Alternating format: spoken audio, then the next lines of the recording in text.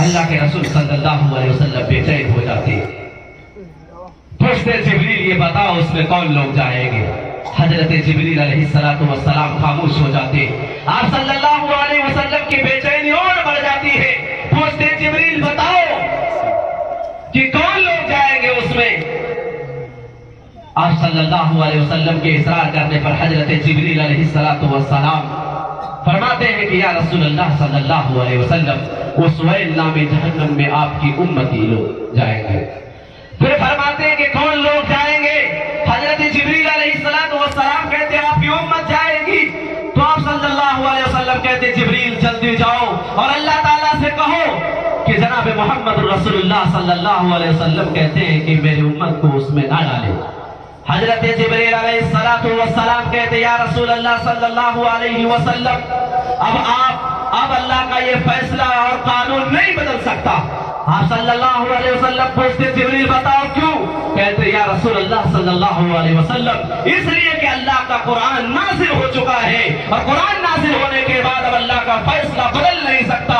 ہم اور آپ اس قرآن پاک کی آیت بار بار سنتے ہیں، بار بار پڑھتے ہیں، لیکن بدقسمتی یہ ہے کہ ہم قرآن پڑھتے تو ہیں لیکن سمجھتے نہیں۔ قرآن پاک اٹھائیے اور 30واں پارہ پڑھیے، سورۃ الماعون۔ سورۃ الماعون کے اندر اللہ تبارک و تعالی نے پورا واقعہ نہیں صرف اس کی طرف اشارہ کیا گیا ہے۔ قرآن کریم اس کا نقشہ یوں کھینچتا ہے فَوَيْلٌ لِّلْمُصَلِّينَ الَّذِينَ هُمْ عَنْ صَلَاتِهِمْ سَاهُونَ۔ وَإِلَّا جہنم تباہی اور بربادی اس شخص کے لیے ہے جو نماز کو وقت مقررہ پر ادا نہ کر کے تاخیر سے ادا کرتے ہیں۔ مفسرین لکھتے ہیں الذین یؤخرون الصلاۃ عن وقتها، کہ وہ لوگ اس وادی میں وہ لوگ جائیں گے، جہنم کے اس وادی میں جس سے جہنم خود پناہ مانگتا ہے، وہ لوگ جائیں گے جو نماز نہیں پڑھتے، وہ نہیں بلکہ جو نماز پڑھتے ہیں لیکن تاخیر سے پڑھتے ہیں، وقت پر نہیں پڑھتے، وہ لوگ اس وادی میں جائیں گے۔ میرے بھائیوں اور بزرگوں ذرا اندازہ لگائیں، جب نماز پڑھنے والے ہیں لیکن وقت سے بے وقت پڑھنے والے ہیں، اس کا انجام یہ ہو رہا ہے، اور جو نماز سینے سے پڑھتا ہی نہ ہو اس کا انجام کیا ہوگا؟ اس لیے حضرت ابراہیم بن ادھم رحمۃ اللہ علیہ نے فرمایا کہ تم نے اللہ کا کلمہ پڑھا لیکن تمہیں اللہ نے اس کلمے کے ذریعے سے کیا پیغام دیا؟ تم نے اس کی حقیقت کو نہیں جانا، تم نے اللہ کی معرفت حاصل نہیں کی کہ اللہ نے تجھے اس دنیا میں کیوں پیدا کیا، تخلیق کا مقصد کیا ہے۔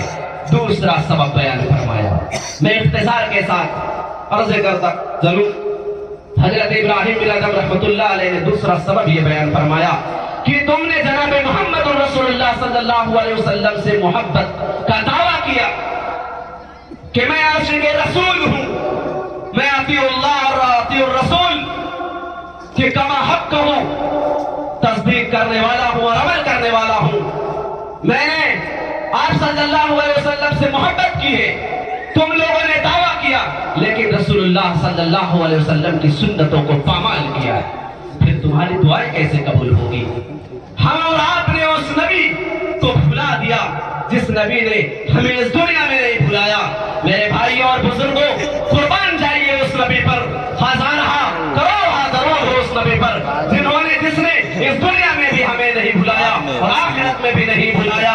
قرآن پاک پڑھیے، حضرت ابراہیم علیہ السلام نے اپنی قوم کو دعوت دی تو آخر میں حضرت ابراہیم علیہ السلام نے یہ دعا کی تھی رب انہن ضلن کثیرا من الناس فمن تبعنی فانہ منی ومن عصانی فانک غفور رحیم، کہ اے میرے پروردگار ان معبودان باطلہ نے بہت سارے لوگوں کو گمراہ کر دیا ہے، صراط مستقیم سے ہٹا دیا ہے۔ اے میرے رب، جس نے میری بات مانی، جس نے میری بات پر عمل کیا، وہ اس کا تعلق مجھ سے ہے، یعنی میرا امتی ہے، اور جس نے نافرمانی کی میری، اے میرے پروردگار فإنک غفور الرحیم، تو مغفرت کرنے والا، رحم کرنے والا ہے۔ یعنی حضرت ابراہیم علیہ السلام نے اپنا دامن جھاڑ لیا کہ اللہ جس نے میری اتباع کی وہ میرا امتی ہے، لیکن جس نے میری اتباع نہیں کی، نافرمانی کی ہے، اس کا مجھ سے کوئی تعلق نہیں، تو اگر معاف کر دے تو بڑا غفور الرحیم ہے۔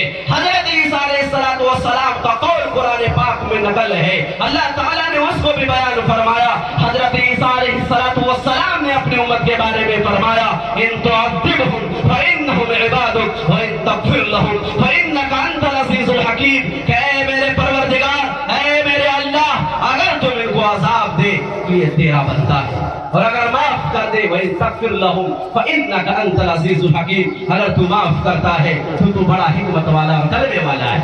حضرت ابراہیم، حضرت عیسیٰ علیہ السلام نے اپنی امت کے بارے میں نہیں سوچا، لیکن قربان چاہیے اس نبی پر کہ اس واقعے کو بیان کرنے کے بعد آپ صلی اللہ علیہ وسلم نے یہ بات بیان فرمائی کہ حضرت ابراہیم علیہ السلام نے یہ کہا، حضرت عیسیٰ علیہ السلام نے اپنی امت کے بارے میں یہ فرمایا۔ اس کے بعد یہ کہنے کے بعد آپ صلی اللہ علیہ وسلم اپنا دست مبارک آسمان کی طرف اٹھاتے ہیں اور رونے لگتے ہیں، گریہ گزاری کرتے ہیں، اے اللہ میرے امت کو معاف فرما، اے اللہ میرے امت کو معاف فرما۔ اللہ تبارک و تعالی سیدنا حضرت جبریل علیہ السلام کو بھیجتے ہیں اور کہتے جبریل جلدی جاؤ میرے حبیب اور میرے لاڈلے نبی جناب محمد رسول اللہ صلی اللہ علیہ وسلم کے پاس۔ حالانکہ اللہ تبارک و تعالی اچھی طرح جانتے ہیں کہ میرا محبوب کیوں رو رہے ہیں، لیکن پھر بھی کہتے جبریل جاؤ اور پوچھو میرا سلام کہو۔ حضرت جبریل علیہ السلام آتے ہیں اور کہتے ہیں یا نبی اللہ، یا رسول اللہ صلی اللہ علیہ وسلم، اللہ آپ کو سلام فرماتا ہے، اور اے اللہ کے رسول صلی اللہ علیہ وسلم آپ کیوں رو رہے ہیں؟ حضرت جبریل علیہ السلام کے عرض کرنے پر آقا مدنی جناب محمد رسول اللہ صلی اللہ علیہ وسلم ارشاد فرماتے ہیں جبریل میں نہیں جانتا کہ میری امت کے ساتھ کیا ہوگا، میری امت کی فکر مجھے لگی ہے، کہیں میری امت جہنم میں نہ چلی جائے، میری امت جہنم میں نہ چلی جائے، اس لیے جبریل میں رو رہا ہوں۔ حضرت جبریل علیہ السلام دوبارہ اللہ کے بارگاہ میں حاضر ہوتے ہیں اور سارا واقعہ بیان کرتے ہیں۔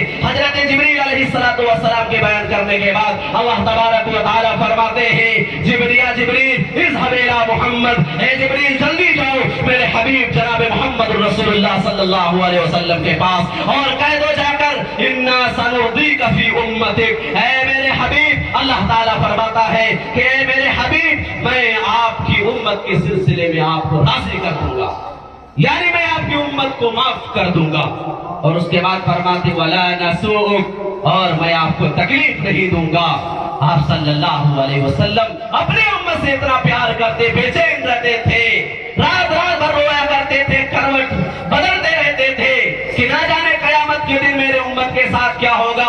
بلکہ باضابطہ ایک حدیث پاک ہے کہ آپ صلی اللہ علیہ وسلم نے ارشاد فرمایا اے میرے امت کے لوگوں، اے لوگوں، میں تمہیں جہنم سے نکال کر، جہنم کے راستے سے ہٹا کر جنت کے راستے پر لاتا ہوں، اور تم ہو کے جہنمی میں پھلانگنے کے لیے تیار ہو۔ میرے بھائی اور بزرگوں، ایک رات جناب محمد رسول اللہ صلی اللہ علیہ وسلم رو رہے ہیں، حضرت جبریل علیہ السلام آتے اور عرض کرتے ہیں یا رسول اللہ صلی اللہ علیہ وسلم آپ کیوں رو رہے ہیں؟ آپ صلی اللہ علیہ وسلم ارشاد فرماتے ہیں جبریل مجھے امت کا غم ستا رہا ہے، نہ جانے قیامت کے دن میرے امت کے ساتھ کیا معاملہ ہوگا۔ سیدنا حضرت جبریل علیہ السلام آپ صلی اللہ علیہ وسلم کو ایک قبرستان کے پاس لے جاتے ہیں جہاں پر دو طرح کے مردے مدفون تھے، نیک لوگوں کے بھی اور برے لوگوں کے بھی۔ وہاں آپ صلی اللہ علیہ وسلم کو دونوں طرح کے قبروں سے مردوں کو زندہ کر کے باہر نکالا جاتا ہے اور دکھایا جاتا ہے کہ نیک لوگوں کا چہرہ چاند کی طرح، سورج کی روشنی کی طرح چمک رہا تھا اور برے لوگوں کا چہرہ بالکل سیاہ کوئلہ ہو چکا تھا۔ آپ صلی اللہ علیہ وسلم سے حضرت جبریل علیہ السلام فرماتے ہیں یا رسول اللہ صلی اللہ علیہ وسلم یہی حال قیامت کے دن ہوگا، جو لوگ بھی آپ کی تعلیمات پر عمل کریں گے اس کا چہرہ کل قیامت کے دن اسی طرح چمک رہا ہوگا، اور جو لوگ آپ کی تعلیمات پر عمل نہیں کریں گے ان کے ساتھ یہی معاملہ ہوگا۔ قربان جائیے اس نبی پر جو نبی اس دنیا میں بھی امت کے لیے رو رہے تھے، کل قیامت کے دن جب سارے کے سارے لوگ پریشان ہوں گے، ادھر ادھر دوڑ رہے ہوں گے، قرآن پاک اس کا نقشہ بہت خوبصورت انداز میں یوں کھینچتا ہے یوم یفر المرء من اخیہ وامہ وابیہ وصاحبتہ وبنیہ لکل امرئ منہم یومئذ شان یغنیہ، کہ کل قیامت کے دن جب سارے کے سارے لوگ ایک دوسرے سے بھاگ رہے ہوں گے، باپ اپنے بیٹے سے دیکھ کر بھاگ رہا ہوگا، بیٹا اپنے باپ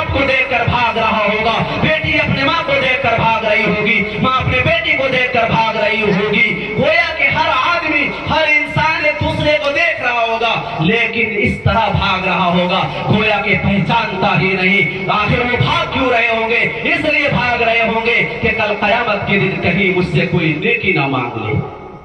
اس دن پریشان ہوں گے سارے لوگ دوڑ کر جائیں گے سیدنا آدم علیہ السلام کے پاس کہ اللہ تعالیٰ نے آپ کو اپنے ہاتھ سے پیدا فرمایا.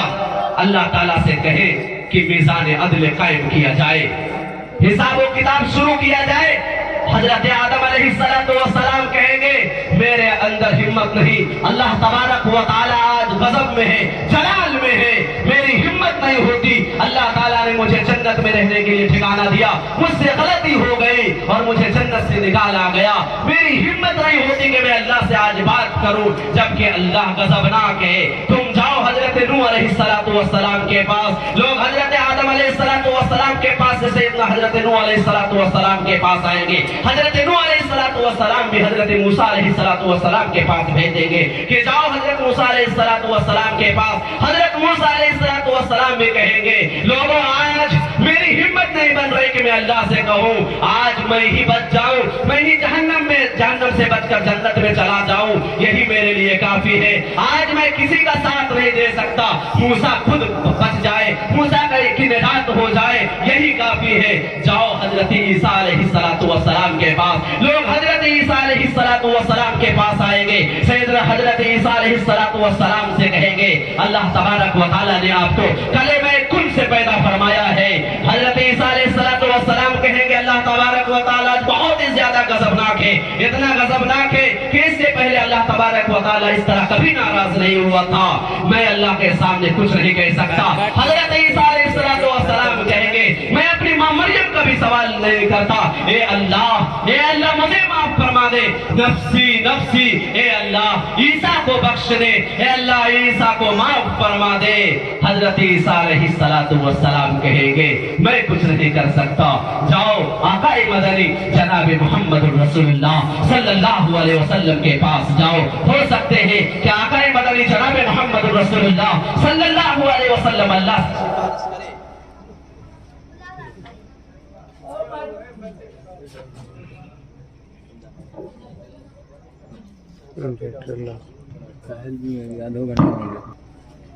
چنانچہ لوگ حضرت عیسیٰ علیہ السلام کے پاس آقا مدنی جناب محمد رسول اللہ صلی اللہ علیہ وسلم کے پاس آئیں گے اور کہیں گے یا رسول اللہ صلی اللہ علیہ وسلم اب تو بس صرف اور صرف آپ ہی کا آسرا رہا. سنو آقا مدنی جناب محمد رسول اللہ صلی اللہ علیہ وسلم کا فرمان. اس خوفناکی کے عالم میں, اس وحشتناک منظر کے موقع پر اللہ کے نبی صلی اللہ علیہ وسلم فرمائیں گے انا لست لہا, ہاں میں سفارش کروں گا. اور اس کے بعد آقا مدنی جناب محمد رسول اللہ صلی اللہ علیہ وسلم سجدے میں چلے جائیں گے اور اللہ سے کہیں گے یا اللہ آج محمد اپنا سوال نہیں کرتا, اے اللہ دنیا کے ہر انسان اپنے بارے میں سوال کر رہا ہے لیکن اے اللہ آج محمد اپنے بارے میں سوال نہیں کرتا. اے میرے پروردگار محمد کو بخش یا نہ بخش لیکن میری امت کو معاف فرما دے. اے اللہ میری امت کو جہنم سے نجات عطا فرما. سجدے میں گر کر اللہ سے معافی مانگ رہے ہوں گے اور اللہ تبارک و تعالیٰ سے اپنی امت کے بارے میں سوال کر رہے ہوں گے اے اللہ میری امت کو معاف فرما. اللہ تبارک و تعالیٰ پھر فرمائیں گے یا محمد ارفع راسک واشفع تشفع, اے میرے لاڈلے نبی, اے میرے حبیب, اے میرے حبیب سر اٹھاؤ. اس خوفناکی کے منظر میں جہاں لوگ سارے کے سارے لوگ اپنے بارے میں فکر کر رہے تھے, نفسی نفسی چیخ رہے تھے, چلا رہے تھے کہ مجھے بچا لے, اس آواز میں ایک آواز آئے گی یا رب امتی امتی, اے میرے پروردگار, اے میرے اللہ میری امت کو معاف فرما. اس نبی کو آج ہم نے بھلا دیا, اس نبی کو آج ہم نے بھلا دیا, اس نبی کی سنت کو پامال کیا. میرے بھائیوں اور بزرگوں بڑے افسوس کے ساتھ کہنا پڑتا ہے حضرت ابراہیم بن ادم رحمت اللہ علیہ نے کہا کہ تمہاری دعائیں کیسے قبول ہوگی, تم نے محبت رسول کا دعویٰ کیا لیکن آقا مدنی جناب محمد رسول اللہ صلی اللہ علیہ وسلم کی سنتوں پر عمل نہ کیا. آج بھی ہمارے درمیان ایسے لوگ موجود ہیں, پوری دنیا میں موجود ہیں کہ جنہوں نے دعویٰ کیا کہ اطیعوا اللہ و اطیعوا الرسول کی صرف زبان سے دعویٰ ہے، لیکن جب سنت پر عمل کرنے کی باری آتی ہے تو سنت پر عمل کرنے سے کوسوں دور ہے۔ اس نبی کی سنت کو پامال کیا اور بڑے اطمینان سے پامال کرتے اور یہ کہتے ہیں کہ کوئی اس کی ضرورت نہیں، اس کے بغیر بھی یہ چیزیں ہو جاتی ہیں۔ ہم اور آپ نے سنا، ایسے کہتے ہوئے لوگوں کو بتائیے ٹوپی سر پر رکھنا کیا آقا مدنی جناب محمد رسول اللہ صلی اللہ علیہ وسلم کی سنت ہے یا نہیں؟ ہے یا نہیں؟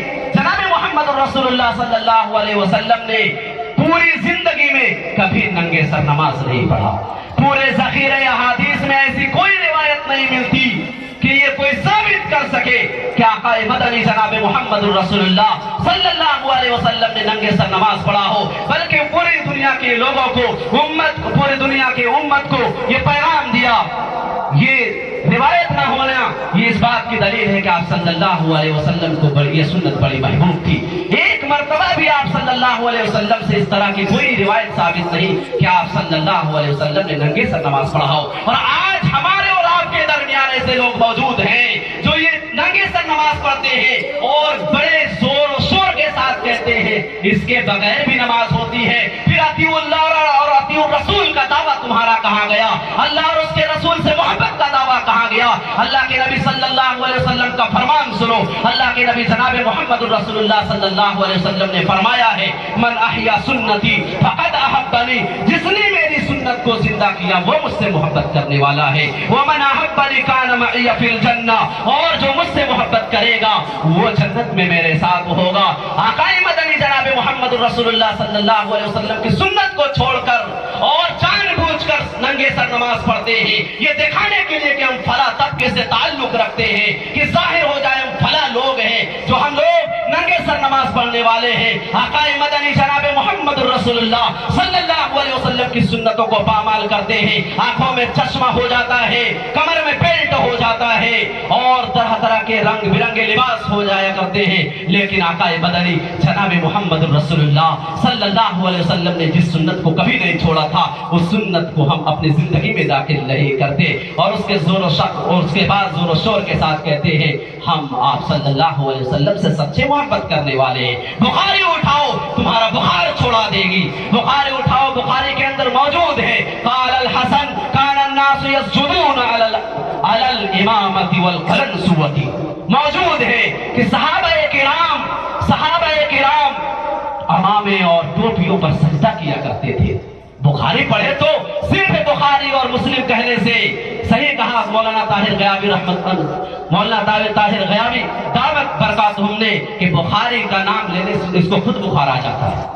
میرے بھائیوں اور بزرگوں، صرف سنت کا دعویٰ کرنے سے ہم عاشق رسول نہیں ہو سکتے، بلکہ آقا مدنی جناب محمد رسول اللہ صلی اللہ علیہ وسلم کی سنت پر عمل کرنا ہوگا۔ میں یہ عرض کر رہا تھا کہ بڑے اطمینان سے کہہ دیتے ہیں کہ اس کے بغیر نماز ہو جاتی ہے، یقیناً نماز ہو جاتی ہے، نماز مفتیان کرام موجود ہے۔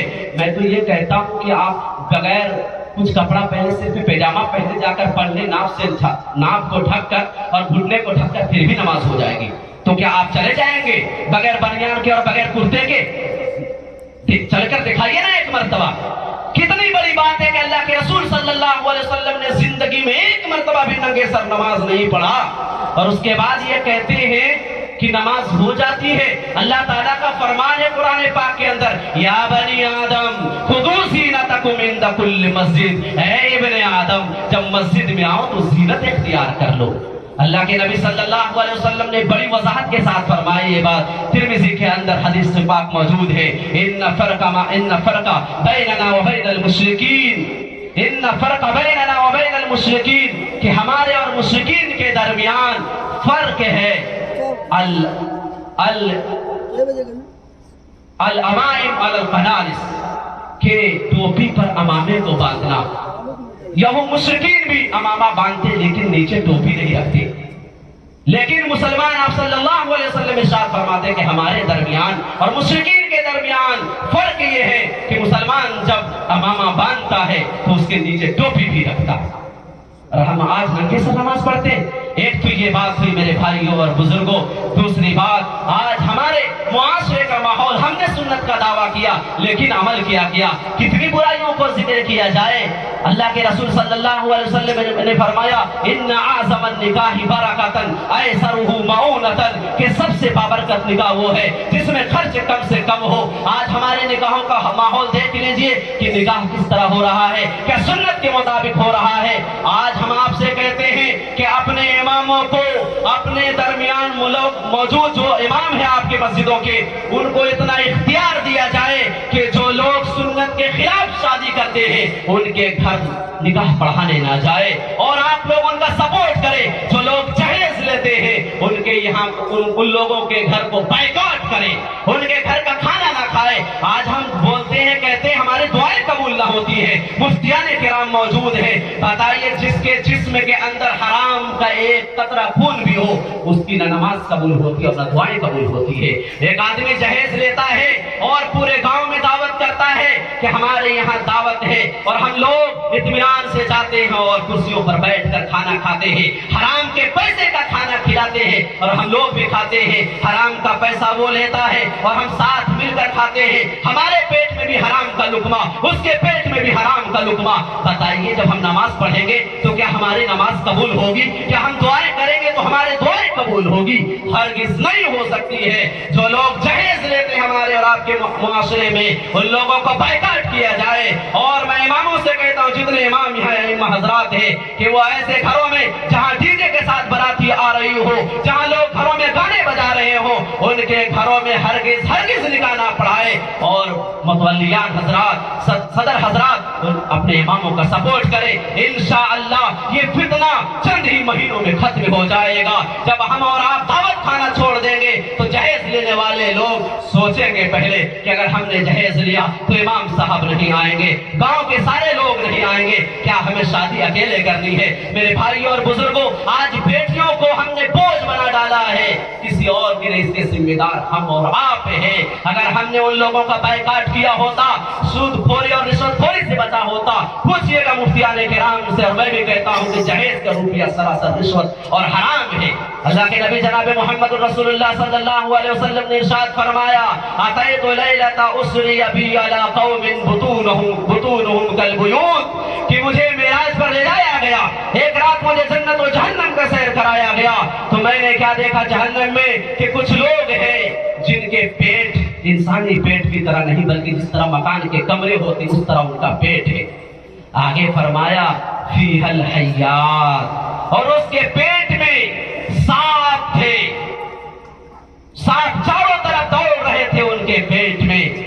اللہ کے نبی صلی اللہ علیہ وسلم بے چین ہو جاتے ہیں اور حضرت جبریل علیہ السلام سے پوچھتے ہیں, یا جبریل من ہؤلاء, اے جبریل بتاؤ یہ کون لوگ ہیں جن کو اس طرح کا عذاب ہو رہا ہے؟ اگر آپ کے کان میں ایک مچھر یا ایک مکھی گھس جائے تو آپ بے چین ہو جائیں گے. یہاں ان کے پیٹ میں ایک سانپ نہیں, سانپوں کا خزانہ ہے, سانپوں کا مسکن ان کا پیٹ بن چکا ہے.